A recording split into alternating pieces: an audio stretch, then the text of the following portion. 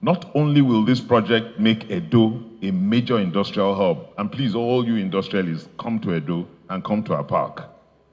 Not only will it make it a major industrial hub and an investment destination, it will also add immense social value to our state. And our example, one of the key highlights of last year's summit was the Edo Development Plan 2021 to 2050, a blueprint for the development of our state.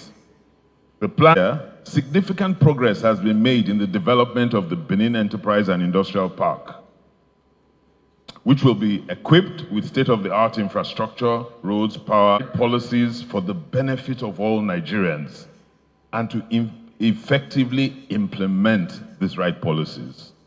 There must be a political will.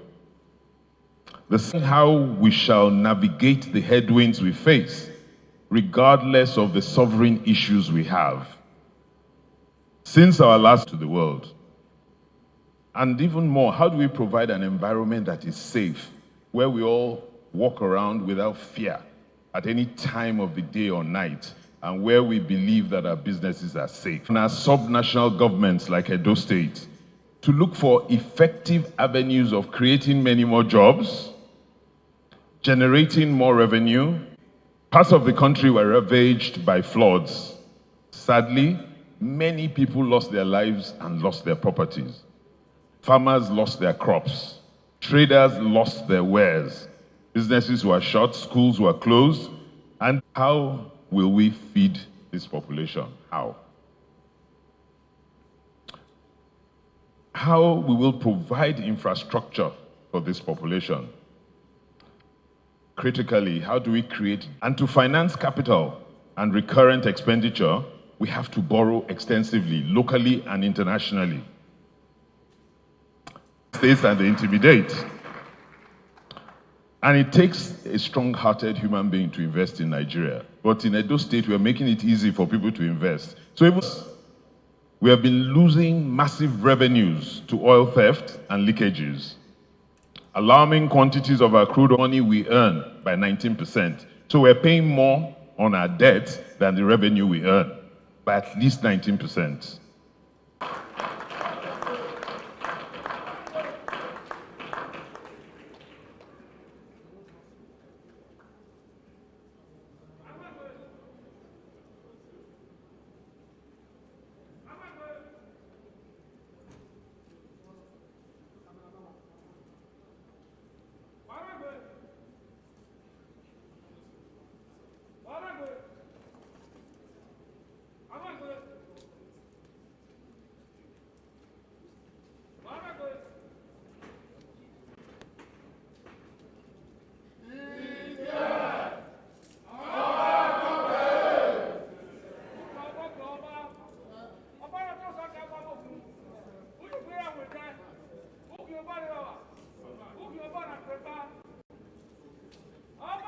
With lower per capita income than Nigeria in the 1980s, have since left us far behind.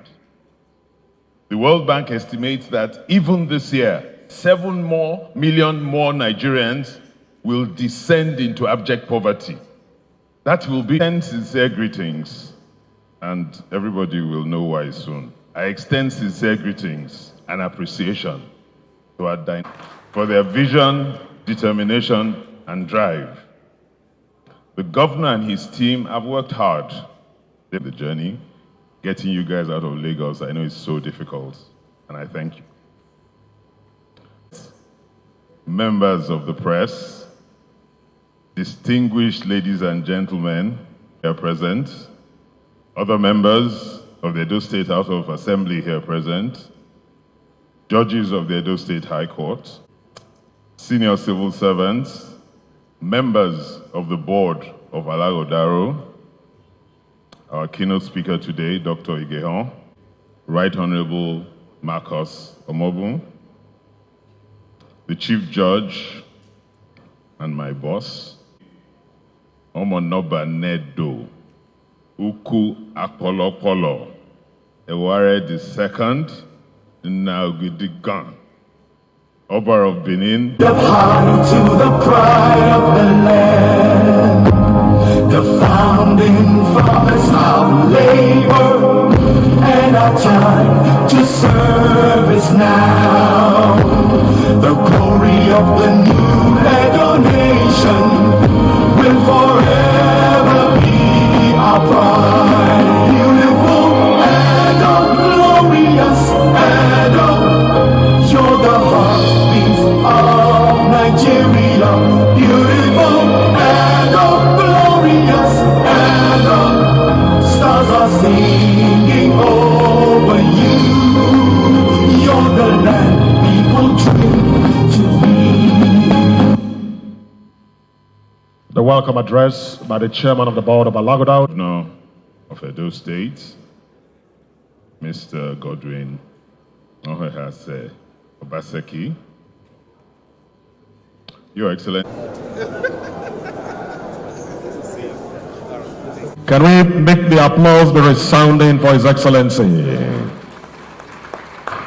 The wait-and-see governor of Edo State, the technocrat in power, the man that has changed the face of governance, and is here with members of his entourage, and that includes Our Excellency, the First Lady of Edo State, Betsy Obaseki. Can you please let the applause be resounding? Can we please maintain some decorum? Please be seated. His Excellency is already within the ambience. And as soon as the guest receives the national anthem. One of the key highlights of last year's summit was the Edo Development Plan 2021 to 2050, a blueprint for the development of our state. The plan clearly articulates a vision to industrialize Edo State and improve our competitiveness while delivering better social outcomes for our people. Also, since our summit last year, significant progress has been made in the development of the Benin Enterprise and Industrial Park, which will be equipped with state-of-the-art infrastructure, roads, power, water, drainage, fit for the 21st century. Just this year, and I thank you, just this year, Oshamo Power commissioned an additional 40 megawatt independent power plant to supply power to the industrial park and also to the local communities in Ipoba-Oha local government area. Not only will this project make Edo a major industrial hub, and please all you industrialists come to Edo and come to our park. Not only will it make it a major industrial hub and an investment destination, it will also add immense social value to our states and our people. In terms of focus, we are concentrating on agriculture. And how are we doing that? Just make sure that we remove the risks which people who want to invest in agriculture face. Risk of land, risk of dispute with communities. The risk they face is, do they have quality people that can work for them? So we are rebuilding our colleges of agriculture. We are saying, look, let us start and stop talking about what we will do. So last year, between last year and this year, we've given out 63,000 hectares of land to 7 investors for oil palm cultivation. This has been described as one of the largest agricultural programs in Africa today. And it has been a close collaboration and cooperation between government and the private sector. And what we've done is to make sure that we incorporate everybody, including the communities, so that the communities can see the benefits that these investors are bringing in. We used to be the #1 location for oil palm production in the world. And we want to see how we can recover that position in the years to come. So we are emphasizing training, particularly technical training for the investors who are coming in. In the area of agriculture, we've rebuilt our College of Agriculture with the headquarters in Ewuarell here. This next year, we're going to be building Alaghodaro and the college in Urumi. So for us, it's how do government organize the people to create the opportunity and make it easy for businesses to come and locate. And that's what we're doing with the Benin Enterprise Park, which is about a 997 hectare piece of property, which we've demarcated. We're paying compensation to some of the people who were farming there. And by the first quarter next year, work will start. So what we've done in the last 6 years was to fix the foundation of education. So much has been said, but we're glad at the achievements, at the results we're seeing from our investments in education. From the last analysis that was done, a child in our primary schools today, apart from learning at the rate of 3 times the average in Nigeria, so now we're moving in to build a permanent tech park, and we've acquired about 27 hectares by Benin Technical College, and construction of the tech park, which will be the first purpose-built tech park in Nigeria, will commence early in January. The mega agenda is one in which we hope to rebuild our state. We will continue to work on our infrastructure. We'll continue to build roads. We'll continue to attract investors to come and invest in electricity. Edo is the only state in Nigeria today that has now created its own electricity law, because we found that there's nothing in the constitution which stops us from having our own electricity law in Edo State.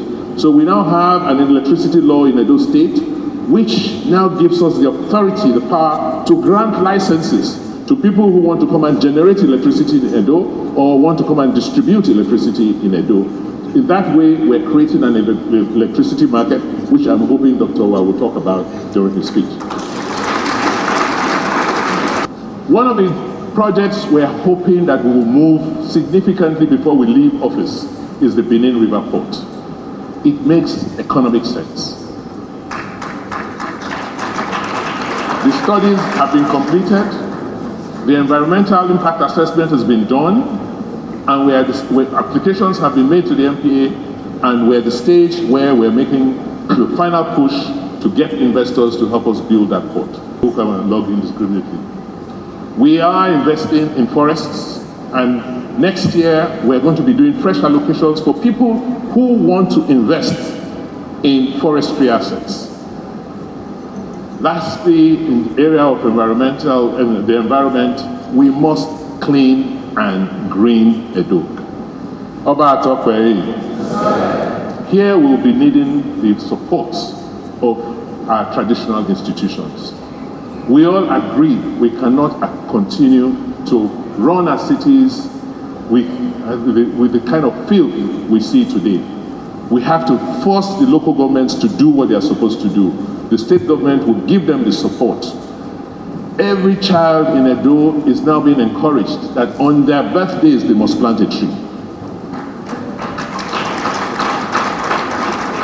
So that by the time they are 30, a child is 30, they've already planted 30 trees and they can see where those trees are, either at home, in their father's farms or villages, or in their schools. So, because if you go to some cities like Atlanta in the world, you are flying in, it's all green. When you are flying into Edo of Benin City, you think you are flying into a desert because you can't find any green. We have to stop it and go back to what God has given us. The last issue, the last area of reform is our arts and culture. Nobody has what we have in the world. And so for us, that is a unique advantage we need to build on. For us, the future is, like I said, culture. We're creating a cultural district. We're mapping them out. In my budget announcement this year, we're going to be making provisions to encourage museums. The Royal Museum will come, will be supported. We have the National Museum, it will be supported. Other private museums. So when people come, they have things to come and see. The remotes. We are rehabilitating, working with the federal government, sections of the moats so that people can come in and do moat walks. They can walk to Igun Street, look at what we have as part of what we have to offer. We must begin to drive traffic into Edo so that we can earn income from tourism. So, mine is just to say thank you on behalf of my senior brother, the visionary leader, and the governor of Edo State, and government and good people of Edo State. I want to say to all of us that have honored our invitation to just say thank you and God bless you all.